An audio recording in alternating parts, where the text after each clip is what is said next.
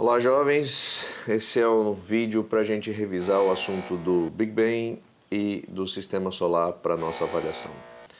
Então, diretamente, a gente vai começar com os argumentos necessários para a gente entender por que a ideia do Big Bang ela é válida e científica. Ela parte do princípio da espectroscopia. A gente tem uma ideia, né? A gente tem uma noção de que os elementos químicos eles enviam luzes dependendo do tipo de elemento. Então, a princípio, se eu decompor a luz que vem de um elemento químico, por exemplo, a luz do hidrogênio, a luz do hélio, do lítio, berílio, boro e carbono, que são os primeiros elementos da tabela periódica, se eu simplesmente decompuser essa luz que vem desses elementos químicos, crie uma lâmpada desses materiais, né? Então, se eu criar uma lâmpada desses materiais e analisar a luz que vem dele e decompor essa luz como se eu fizesse criar um arco-íris, ao invés do espectro do arco-íris, eu teria essas linhas aqui distintas. Então, eles funcionam como um código de barra. Toda vez que eu perceber esse tipo de padrão, eu tenho um determinado elemento químico. E a espectroscopia ela é utilizada na astronomia justamente para a gente saber qual é a composição de atmosfera de outro planeta ou qual é a composição de uma estrela. Então, usando esse método aqui, a gente consegue identificar que o universo ele é permeado por hidrogênio. É o elemento mais abundante, porque é um elemento de número atômico 1, é o mais simples possível, então ele é o mais fácil também de se detectar. O hidrogênio, então, ele é nosso objeto de estudo. Por quê? Bom, se eu olhar para o hidrogênio que tem no Sol, eu vou ter esse aqui que a gente chama de espectro de absorção. Essas linhas são características para o elemento do hidrogênio. Agora, se eu observar um aglomerado de galáxias como esse, né, o aglomerado de galáxias BAS 11, que são milhões de galáxias aglomeradas juntas no campo de espaço profundo que o Hubble descobriu, e através dele a gente consegue comprovar a ideia por trás da espectroscopia para o Big Bang. Esse aglomerado de galáxias, se eu observar o espectro do hidrogênio, ele vai sair assim, ó. É o mesmo padrão de linhas, porém ele está levemente deslocado para o lado vermelho. Né? Se eu pegar essas linhas aqui como um padrão, você vai ver que elas estão deslocadas na direção da luz vermelha. E isso acontece pelo mesmo princípio do efeito Doppler para ondas sonoras. O que é esse princípio? Se você lembrar de uma ambulância, você sabe que o som da ambulância muda se você está se aproximando ou se você está se afastando. Quando se aproxima, a frequência fica mais intensa, e quando se afasta, a frequência fica mais espaçada, ou seja, a frequência cai. Para a luz, o objeto fica azulado quando está se aproximando e avermelhado quando está se afastando. Qual foi o trabalho do Hubble? Ele observou uma galáxia e, ao acompanhar o espectro de hidrogênio dessas galáxias, ele percebeu que quanto mais distantes e mais afastadas estão as galáxias, mais o espectro do hidrogênio ia para o vermelho. Ou seja, ele criou uma relação entre velocidade de afastamento e o comportamento da luz dessa galáxia. Resumindo, à medida que a galáxia vai se afastando, o espectro do hidrogênio vai ficando cada vez mais avermelhado. Ou seja, ele batizou isso de redshift, que é o desvio para o vermelho. Tá?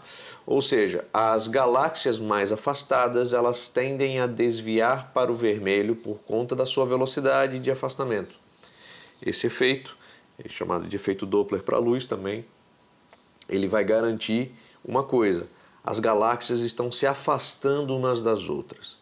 Então, é fácil a gente imaginar que hoje, quando o telescópio espacial Hubble consegue perceber esse afastamento, por exemplo, do espectro, né?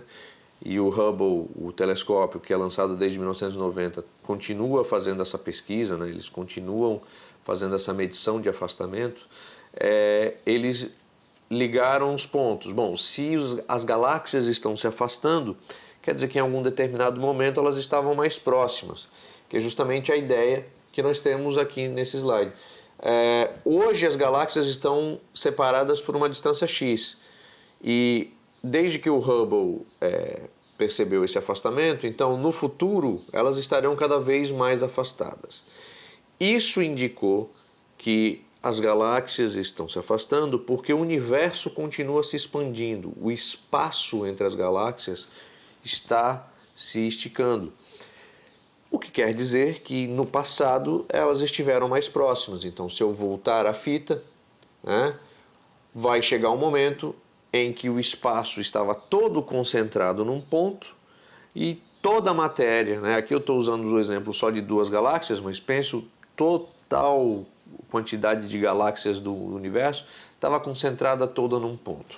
Esse ponto, infinitamente denso, infinitamente quente, é o que hoje a física moderna acredita que foi o princípio do universo, ou seja, o universo teve um início. Se o universo teve um início, a gente chama esse início de Big Bang, tá? Que é um evento que decretou que houve um início para o universo. Depois houve uma grande inflação, ou seja, o espaço se expandiu e a temperatura baixou. Nesse momento a gente só pode falar de uma física de plasma, ou seja, não tem nada muito sólido, não existe uma matéria definida. Então, dessa inflação partiu para a radiação cósmica de fundo, ou seja, o universo expandiu durante 380 mil anos para que ele começasse a ficar, para que ele pudesse criar condições para a existência da matéria. Essa radiação cósmica de fundo, essa imagem que você está vendo aí na tela, ela é o que a gente detecta hoje como sendo o eco do Big Bang, ou seja, isso aqui é o que sobrou do Big Bang. Durante o evento de expansão, de inflação, a temperatura era extremamente alta. E como não havia como dissipar essa energia, não permitia a existência de matéria. Ou seja, só depois que o universo esfriou o suficiente para garantir a existência dos átomos, nós temos a chamada Era das Trevas, que é o período de tempo em que os átomos começaram a se formar. E aí, quando os átomos começaram a se formar, as primeiras nuvens de gás de hidrogênio começaram a se formar. Logo, as primeiras estrelas começam a se formar cerca de 400 milhões de anos após o Big Bang. Com esse montoado de estrelas se formando, é natural que a gravidade também formasse as galáxias, e o desenvolvimento das galáxias ocorre, e aí o universo continua se expandindo, e hoje nós temos aí um universo com uma idade de aproximadamente 13,8 bilhões de anos de existência, ou seja, o estado atual do universo é baseado nessas medidas de afastamento das galáxias, baseado nessa medida de variação de temperatura com a temperatura atual do universo, que é uma evidência baseada na radiação cósmica de fundo, o que significa? Você aponta o telescópio para qualquer canto do universo, a gente vê o que restou do Big Bang, da energia inicial. O que significa dizer que o universo teve um início. Então, ao contrário do que se pensava no início do século XX, que o universo poderia ter existido para sempre, hoje a ciência moderna garante existiu um momento em que o universo nasceu. Não existe a ideia do universo infinito. Existem 3 possibilidades que podem ocorrer com o universo: ou ele expandirá para sempre, ou ele expandirá e vai parar de expandir, ou ele vai expandir, parar e voltar a contrair. Esses tópicos não são relevantes para avaliação, então o que você precisa saber daqui? Da espectroscopia, que cada elemento químico ele foi identificado, e que a gente pode identificar isso nas estrelas, por aí afora. A gente pode utilizar essa ideia de identificar os elementos e identificar elementos de outras galáxias e perceber que esses elementos estão lá, só que de uma maneira estranha no espectro, estão deslocados para o vermelho. O Edwin Hubble descobriu que isso foi causado pelo afastamento das galáxias. Então, se estão se afastando, uma hora estiveram mais perto. Primeira evidência para que o universo tenha saído, né, tenha nascido de um ponto. A outra evidência é a energia de criação do universo, que é o que sobrou ela, a gente chama de radiação cósmica de fundo, que a gente detecta hoje. Então o universo ele expandiu e ele inflou de uma maneira que a temperatura do universo baixou o suficiente para a formação dos átomos. Com a formação dos átomos, nós temos as nuvens de gás, nós temos as estrelas, as galáxias e o universo como a gente tem hoje. Essa é a parte onde a gente fala sobre a expansão do universo. Vamos agora para a parte de sistema solar. Essas imagens que estão passando aí na tela são as nuvens de gás que começam a se condensar e formar as primeiras estrelas, né?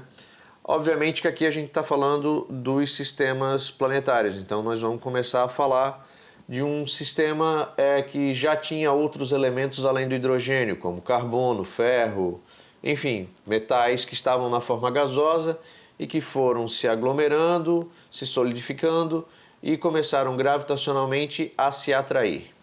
Tudo isso dentro dessa nuvem de gás, que tem vários elementos, não é uma nuvem de gás primordial, onde você tem apenas o gás hidrogênio, aqui você tem outros elementos químicos, né? Então, aqui já é uma nuvem que formou o sistema solar, por exemplo. Ela vai se aglomerando gravitacionalmente e vai formando os corpos mais massivos. No centro dessa nuvem, por conta da gravidade,